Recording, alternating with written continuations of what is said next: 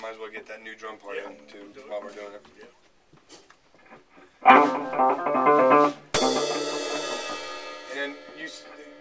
And that's what the last one. To get me back, and you're gonna signal us by on the very last one, so we'll know it. You know what I mean? Because you said you're counting 5 and we're counting 4. That will make it easier for us. Yeah, it's a nice song. You ready?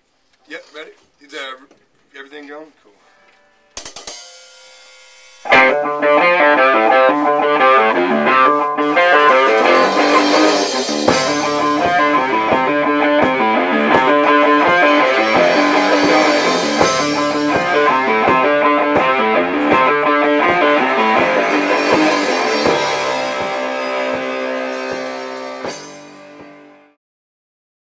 The idea of this, for me personally, was when Crank County was stalling, I fucking started writing these riffs, started writing these songs. I didn't have anybody to play them with.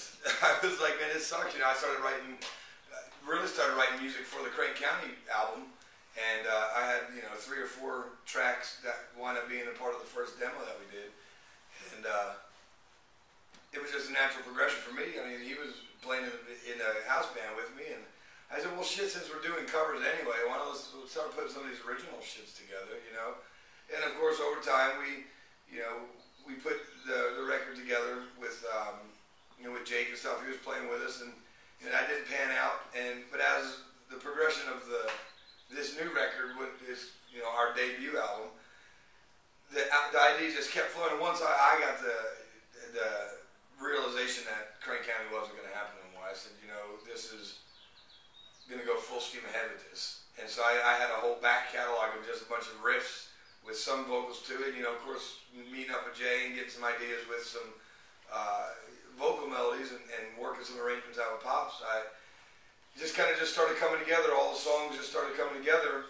And originally, I did all the bass tracks on the first 4 songs. The first 4 that I gave to Rusty Knuckles, the first 4 out of songs, was just me doing bass on it. And Jake was still actually a part of the band at that time, and then we wound up getting rid of Jake, and they'll never find a body either. Yeah, and within minutes, I called up Billy. I said, "Man, you want to get together and jam?" And I had been talking to Pops about getting Billy with us for years. I mean, that was no shit. I actually go do the Crack the Earth thing. We were talking. That's how it started. Exactly right. And Billy came over and started putting bass tracks down for this metal thing I was doing, and not knowing that, honest to God, fucking 4 days later, I was going to be calling him to do this. I mean, we were putting other tracks down. I said, learn these songs. Let's put something together. And I was thinking about getting my buddy Nolan on drums to play with us. And in the meantime, we were putting the Rory Kelly record together simultaneously. And then I saw Billy. I said, let's nix the metal project for a minute, because I actually need you to play bass for my main gig. And so we did. Billy came in, and there was only 4 songs finished on the record. That was it. There were just 4 songs done, and I had ideas with just guitar parts and no drums or nothing, just sitting on on my recorder. Started turning them into songs. Billy came down and wound up putting the last 8 songs of the album on him playing bass to it, and us actually working the songs out together. I mean, like Precious Time, it was 3 chords. The whole fucking song never changes. 3 chords. Well, that was our first jam that we did together. Then Hell of a Way to Get By came out as us kind of writing it together. So once we got the last half of the album, or actually the last 2/3 of the album finished, his bass tone was so much better than the demo bass that I did, that I was just going to use on the record. I said, man, fuck it. Why don't you just come back in and play these songs? We've already played them 10 times live now. So once you come back in and put your tone in, you do the bass on the whole record. And so it wound up, we kind of came back and made an unbelievable difference. I mean, I'm a badass. You're a badass, you are. And to any musician out there, they would get this, and you'll hear it. Anybody that gets a hold of the record is going to know on the song it wasn't the first time. There's a portion of it on the demo. I slid up to this high note because I don't have a fucking 5-string, and it was like, I was sliding up real high to it. And we were playing it live one day, and Billy's got a 5th string, which is also a B.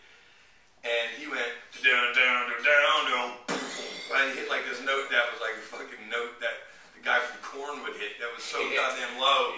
I was like, man, you gotta come back and put that shit on the record. I said, I don't care about anything else, but that has to be there. And you know, it all just kind of it really came together quick. And then you know, signing up with Rusty Knuckles, and you know, of course, you know, Ralph, his friend, you know, we've been friends for a while, and it was just a natural progression for us to go here, you know, go to Rusty Knuckles and do this. And you know, once the album got done, and we went up to Rhode Island and hung out with Jay and talked a little bit about some of the, you know, vocal arrangements and really pushing my vocals to be better than just slopping them on at the end of the thing and saying, hey, you know what, everything sounds good, but the vocals, whatever. I've been telling Jay that for 12 years. He has been telling me that for, but it took an outside influence. He's been my dad. So, you know, nobody takes advice from their dad all the time, you know, and then they're taking the outside influence from somebody else. And now, I haven't written a song by a riff in the last 6 months. I've been going by vocals now. And writing a vocal line that's like, da-da-da-da-da-da-da-da, or something like that. And then I'll be like, okay, let's put something behind that. As opposed to the opposite of what I used to do, is just fucking put the music down, have 22 songs mixed and mastered. Oh, by the way, there's no vocals yet, you know? And it's completely flip-flopped. And now I catch myself humming melodies and doing shit that Well, yeah, no, Canyon Knack is that you don't take, he scats. And I was always into lyrics and melodies, because I learned it a long time ago that that's where your bread and butter's at. A great band cannot save a bad singer, but a great singer can save a mediocre band. That's right. If you've got a great singer, you can have decent guys behind you and go, but the other way don't work. So he would have this uncanny knack of going, yeah, la la la la la, yeah, la la la. I said, it wasn't the first time, and then he would go, ooh, and then boom, we'd have. So I got out my tablet, a tablet this thick of lyrics that I've written over the years. Family Tree was the same way. Hey, Dad, look, I got this. Don't hit my hand. I said, don't shake my family tree, because I was thinking about this guy that and he's still going to get it. If you're watching this right here, I'm still looking for you. Still coming for you, motherfucker. You know who I'm talking about, too, brother. Anyway. But that's what it all came out of a personal problem in our family. Well, me and Jay Penn, we branded the name Nell Vocals. Like the movie Nell, where she's like, hold it, fake, hold it. Well, that's what I do. I just go over top. I got the riff going on. I just go, better do it out, and just make shit up, and then come back later and actually put a subject matter to it, which seems to really work better. I mean, it works better for me because I'll be the first to admit that my lyrics, subject matter is hard to sing because I really don't give two shits about what's going on across. I mean, we're not a